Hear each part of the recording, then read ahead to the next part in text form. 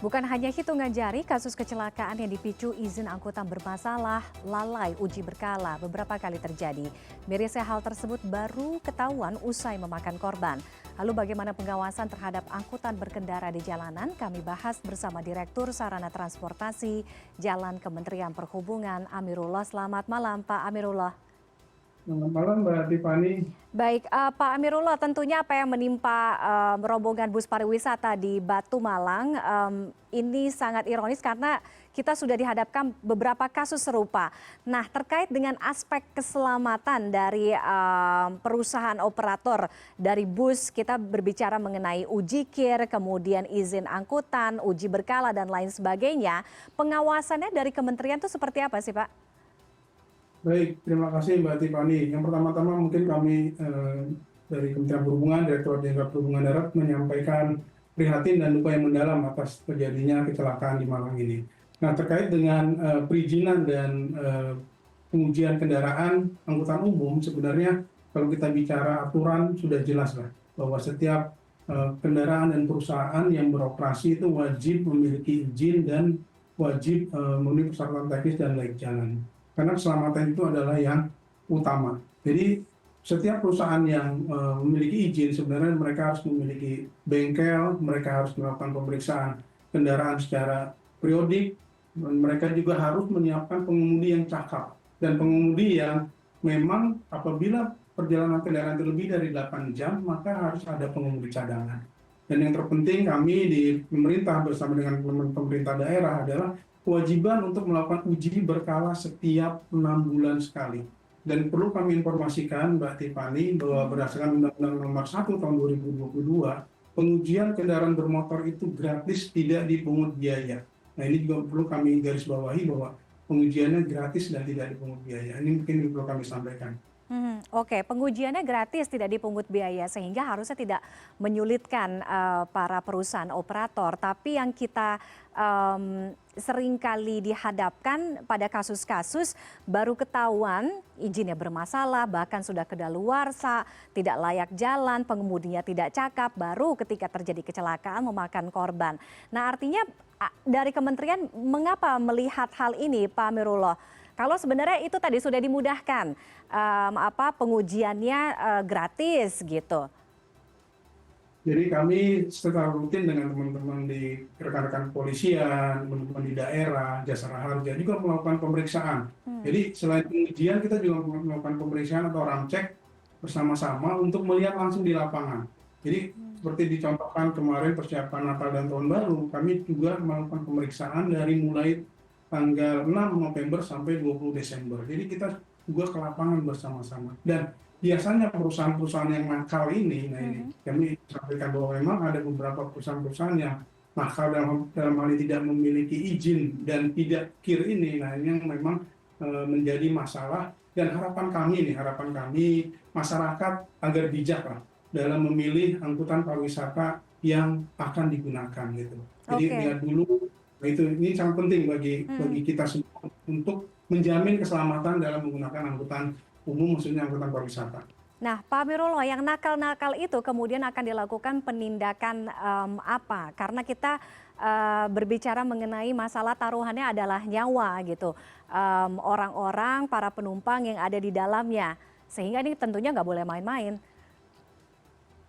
Ya, jadi setiap pelanggaran sebenarnya di aturan ketentuan peraturan perundang-undangan sudah jelas dia akan ditilang. Dan ini kami lakukan sebenarnya. Jadi untuk menimbulkan efek jerah, kami lakukan penilangan oleh teman-teman di kepolisian dan PPNS dari Kementerian Perhubungan. Ini kami lakukan gitu. Jadi tilang itu di undang-undang disebutkan mereka bisa kena denda setinggi-tingginya Rp500.000. Ini karena berdasarkan peraturan perundang-undangan. Nah, ini sudah kami terapkan sebenarnya. Dan ya memang masih ada beberapa perusahaan angkutan dalam tanda petik yang memang nakal ini ya harus lebih pengawasannya lebih, dan tidak hanya oleh kami, dan tadi masyarakat kami harapkan juga untuk mulai peduli lah dalam memilih perusahaan-perusahaan yang memang dalam tanda petik nakal, dan pilihlah angkutan-angkutan bus yang memang baik dan bisa memiliki tanggung jawab yang baik dalam terkait dengan keselamatan. Oke, nah dalam memilih artinya begini, Pak Amirullah, ketika penyewa ingin menyewa satu bus katakan atau mungkin 2 atau 3 di satu operator gitu ya, perusahaan operator bus gitu. Nah, bagaimana caranya untuk bisa meneliti kemudian apakah kendaraan tersebut yang nantinya akan disewa itu sudah layak, kemudian juga sudah mengantongi KIR, kemudian uji berkalanya juga sudah sesuai gitu. Ya, baik Mbak Tiffany. Sebenarnya kami di Kementerian Perhubungan, Direktorat Jenderal Perhubungan sudah mensosialisasikan secara intensif. Kami juga ada aplikasi namanya Mitra Darat. Nah, ini perlu kami sampaikan kembali ke para pemirsa ya. Mitra Darat itu bisa di-download melalui aplikasi Play Store maupun App Store, dan masyarakat di sana bisa mengetik cek layak kendaraan dan ditulis nomor kendaraan. Jadi pada saat menyewa nanti kendaraan nomor berapa gitu, nanti dicek. Ternyata nanti kendaraan itu ada izinnya dan ujinya sampai kapan, berlaku atau tidak. Nah, itu sebenarnya sudah cukup bagi masyarakat untuk mengecek secara langsung dan memastikan bahwa kendaraan dan perusahaan yang disewa itu memang memiliki izin dan memenuhi persyaratan teknis dan layak jalan. Seperti itu, Mbak. Oke, tadi Pak Amirullah juga sampaikan terkait dengan kecakapan pengemudi bus itu sendiri. KNKT pernah menyampaikan rekomendasi kebanyakan atau di beberapa kasus kecelakaan akibat remblong ini karena driver atau pengemudinya itu kurang punya kompetensi teknik dalam berhadapan dengan kontur medan jalan yang menurun. Nah, ini mungkin sebagai evaluasi Pak Amirullah, apakah mungkin para pengemudi dari PO bus ini, layanan ini harus mengantongi izin dan juga semacam sertifikasi lah gitu? Kami sedang menuju ke arah sana. Jadi memang yang kami lakukan saat ini, kami melakukan diklat-diklat pengemudi, Mbak Tiffany, sudah kami lakukan tahun lalu dan akan kami lanjutkan tahun ini. Jadi memberikan pemahaman kepada para pengemudi mengenai tata cara mengemudi yang baik.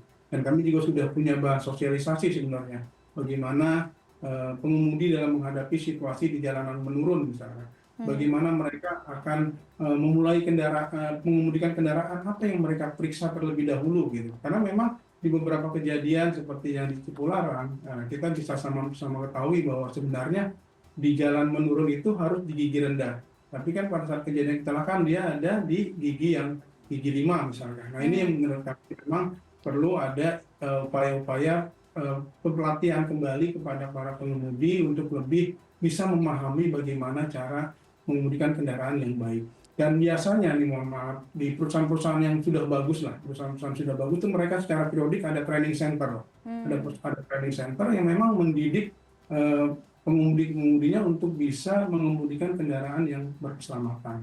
Nah, ini Mbak Tiffany. Oke, semoga ini menjadi bahan evaluasi bersama ya, Pak Amirullah, ke depannya tidak ada lagi kecelakaan-kecelakaan yang diakibatkan oleh kendaraan-kendaraan yang tidak mengantongi izin atau yang bermasalah. Terima kasih Pak Amirullah, Direktur Sarana Transportasi Jalan Kementerian Perhubungan Republik Indonesia sudah bergabung dengan CNN Indonesia Connected malam hari ini. Selamat malam Pak.